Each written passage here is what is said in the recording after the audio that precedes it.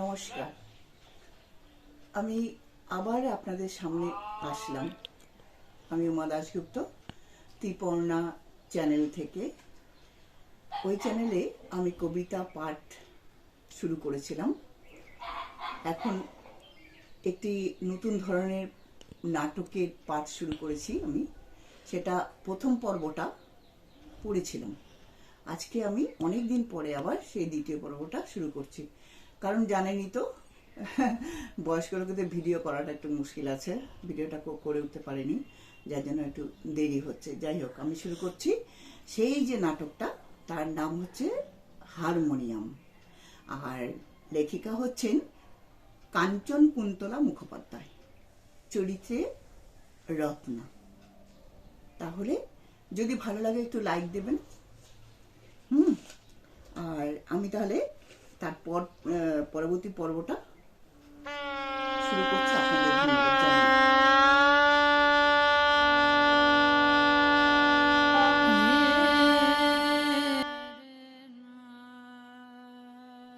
বুঝলে না, এই হিরিকে স্কেল চেঞ্জিং হারমোনিয়ামটা হয়ে গেল রতুর অনেক দিনের শখ, আর ওর দরকারও তো। ফোল্ডিং করিয়ে দিয়েছি, জলসায় কনফারেন্সে নিয়ে যেতে সুবিধা হবে, আর পুরনোটা আমার কাছেই থাকবে। আমি যেমনটি চেয়েছিলাম হারমোনিয়ামটা ঠিক তেমনটি করেই তৈরি করেছিল। যেমন মাখনের মতো নরম রিড, তেমনি সুরেলা আওয়াজ। বিয়ের জিনিস বলে মা আমাকে ওটা বাজিয়ে একবার ঠিক গাইতেও দিলেন না। ওটাও তত্ত্বের সঙ্গেই যাবে। আমার সমস্ত মন কিন্তু পড়ে রইল ওই হারমোনিয়ামটার দিকে। হারমোনিয়ামটা তত্ত্বের সঙ্গে শ্বশুর বাড়িতে এলো। এ বাড়িতে এসে অবাক হয়ে গেলাম। যত বড় বাড়ি ততই মানুষ। এবেলা ওবেলা দল বেঁধে সব আত্মীয় স্বজন আসছেন। কেউ বলছেন একদিন গান শুনবো ছোট বৌমা, কেউ বলছেন একখানা গান শোনাও না নতুন বৌদি। শাশুড়ি গানের প্রসঙ্গ উঠলেই সঙ্গে সঙ্গে অঙ্কুরেই তাকে বিনাশ করে দিতেন। ও হবে একদিন, গান তো ফুরিয়ে যাচ্ছে না, আর তোমরা ঘরের লোক আসবে যাবে। বিয়ের মাস খানেক মধ্যে লোকজনের হিড়িক কমলেও আমার গান নিয়ে বসার বিশেষ সুবিধে হলো না। দিনের যে কোনো সময় গান করতে বসলেই শাশুড়ির কাছে সেটা অসময় হয়ে দাঁড়ায়। এই অসময় আবার গান নিয়ে পড়লে ছোট বৌমা অমনি উঠে পড়তে হয়। বিকেলবেলা যে সময় কারো কোনো কাজ থাকে না, সেই সময় হারমোনিয়াম নিয়ে বসতেই একদিন তিনি আপত্তি তুললেন। চুল টুল বেঁধে নিলেই তো পারতে, একটু বাদেই তো ছেলেরা এসে পড়বে। এখন বরং নিচে গিয়ে তুমি ঠাকুরকে জলখাবার কি হবে বুঝিয়ে দিয়েছো গো। সংসারে একটু মন দাও এবার, বড় বৌমা আর কত দেখবে। হারমোনিয়াম আবার বাক্সে ঢুকলো।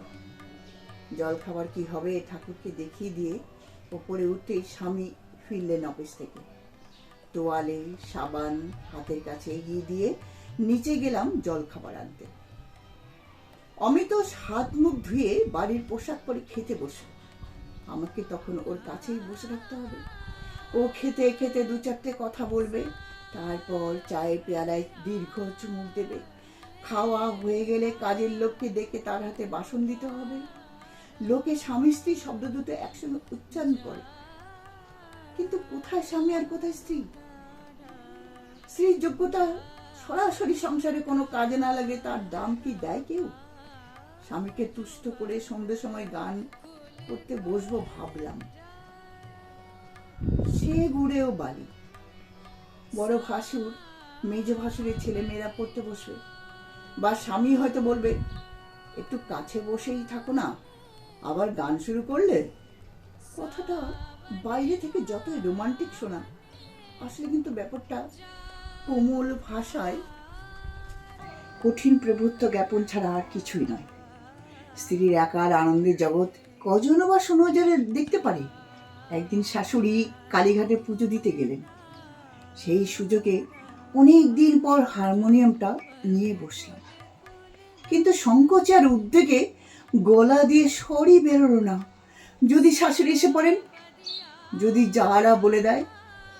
রত্না অসময়ে গান করতে বসেছিল, হারমোনিয়ামের সামনে কিছুক্ষণ গালে হাত দিয়ে বসে থেকে আবার ভাড়ার ঘরের বেঞ্চের উপরে ওটাকে রেখে দিয়ে এলাম।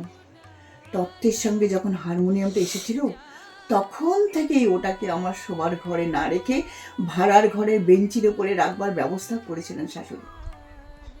স্বামীর কাছে একবার প্রস্তাবও করেছিলাম হারমোনিয়ামটাকে শোবার ঘরে রাখার জন্য, কিন্তু কৌশলে প্রস্তাবটা এড়িয়ে গিয়েছিল। স্বামীর কাছে গান সম্বন্ধে কোনো কথাও বলতে পারি না, যেন শুনতে পাইনি এমনই ভাব পড়ে। নয়তো এমন অদ্ভুত এক ধরনের নৈরাশ্য বাচক মুখভঙ্গি করে যে মাঝপথে কথা থামিয়ে দিতে হয়। আমি যে একসময় গান অন্তঃপ্রাণ ছিলাম, সে কথা যেন ভুলেই যেতে বসেছি। গাদা গুচ্ছের শাড়ি, ড্রেসিং টেবিল ভর্তি বিদেশি কসমেটিক্স আর পারফিউমের তলায় ক্রমশ যেন তলিয়ে যাচ্ছিলাম। একদিন পাড়ার মৌলিনাথ বাবু এলেন আমার শ্বশুর বাড়িতে। উনি আমার মেজ ভাসুরের ছেলেবেলার বন্ধু। অল্প বয়সে স্ত্রী মারা যাওয়ার পর আর বিয়ে থা করেননি। রাত্রিবেলায় খবরের কাগজে অফিসের চাকরি করতে যান, আর সারাদিন ঘুমিয়ে আর গান বাজনা করে কাটিয়ে দেন। চেহারা এক কথায় দারুণ, চরিত্র সম্বন্ধেও নানা কানাঘুষো শোনা যায়, তবে স্পষ্টাস্পষ্টি কোনো কথা কেউ শোনেনি।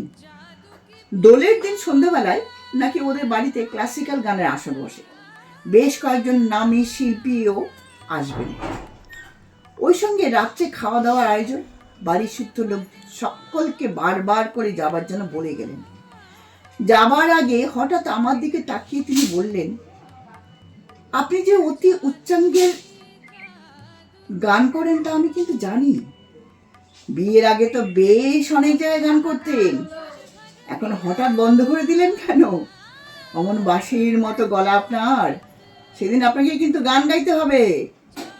কথার মাঝখানে কঠিন গলায় শাশুড়ি বলে, না, আমার ঘরের বউ বাজারে বসে গান করে না। মৌলিনাথ বাবুর মুখ মুহূর্তে অন্ধকার হয়ে গেল। তিনি আহত গলায় বললেন, এ কি বলছেন আপনি মাসিমা? বললাম না অনুষ্ঠানটা আমার বাড়িতে হবে। আমার শাশুড়ি মুখে বিতৃষ্ণাসূচক ভঙ্গি করে বললেন, সবই বুঝেছি বাবা, বিয়ের আগে ও যা করেছে, এখন আমি চাই না আমার অমির বউ 5 জন লোকের সামনে বসে বাইজির মতন মুজরো করুক।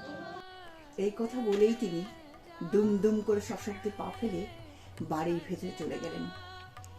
যাবার সময় আমার দিকে এমন একটা তীব্র হিংস্র চাহনিতে চেয়ে গেলেন যে মুহূর্তে আমার বুকের রক্ত শুকিয়ে গেল।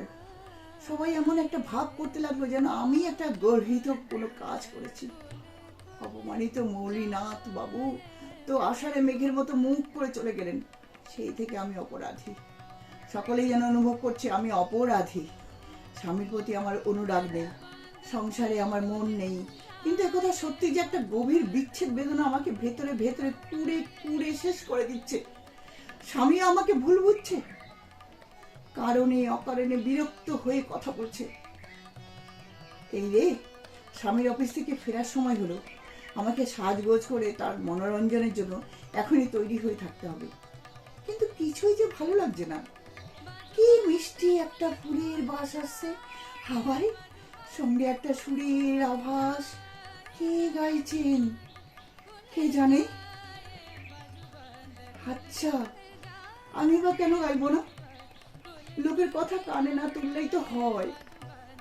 হারমোনিয়ামটা ঘরে এনে জানলা দরজা বন্ধ করে গাইলে কেউ অত শুনতেও পাবে না, আর পেলেই বা কি, দরজা তো বন্ধ থাকবে।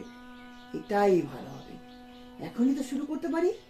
আমার গান শুনে লোকে আবার মুগ্ধ হবে, আবার বুকের সব যন্ত্রণা এক নিমিষে একখানি একেবারে মিলিয়ে যাবে। যাই, হারমোনিয়ামটা নিয়ে আসি ভাড়ার ঘর থেকে।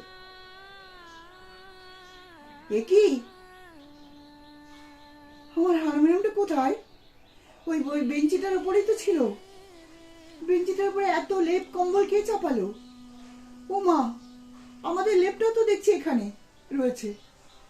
শীত শেষ হয়ে যাবার পর আমি মানদার হাতে এ ঘরে রাখবার জন্য পাঠিয়ে দিয়েছিলাম, সেটাও দেখি এর উপর চেপেছে।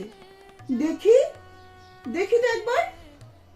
ভেতরে হাত চালিয়ে, ওমা, এই তো আমার হারমোনিয়ামটা। এই টুকরা জিনিস তার একেবারে নিচে, উপরে একটা ভারী কাঠের প্যাকিং বাক্স চাপানো। ওহ, একটু নড়াতেও পারছি না। কেন কেন কেন কেন আমার হারমোনিয়ামটার উপর সংসারের যত জঞ্জালের বোঝা চড়িয়ে দেওয়া হয়েছে? আমি কিছুতেই মানব না। আমি ওটাকে বের করবই, করব। উফ মাগো, এই যে রাজ্যের বোঝা আমার মাথার উপর ভেঙে পড়তে চাইছে। কি করে সামলাই এই বোঝা?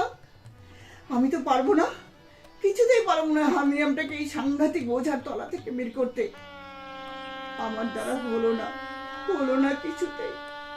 পারলাম না, পারলাম না, পারলাম না।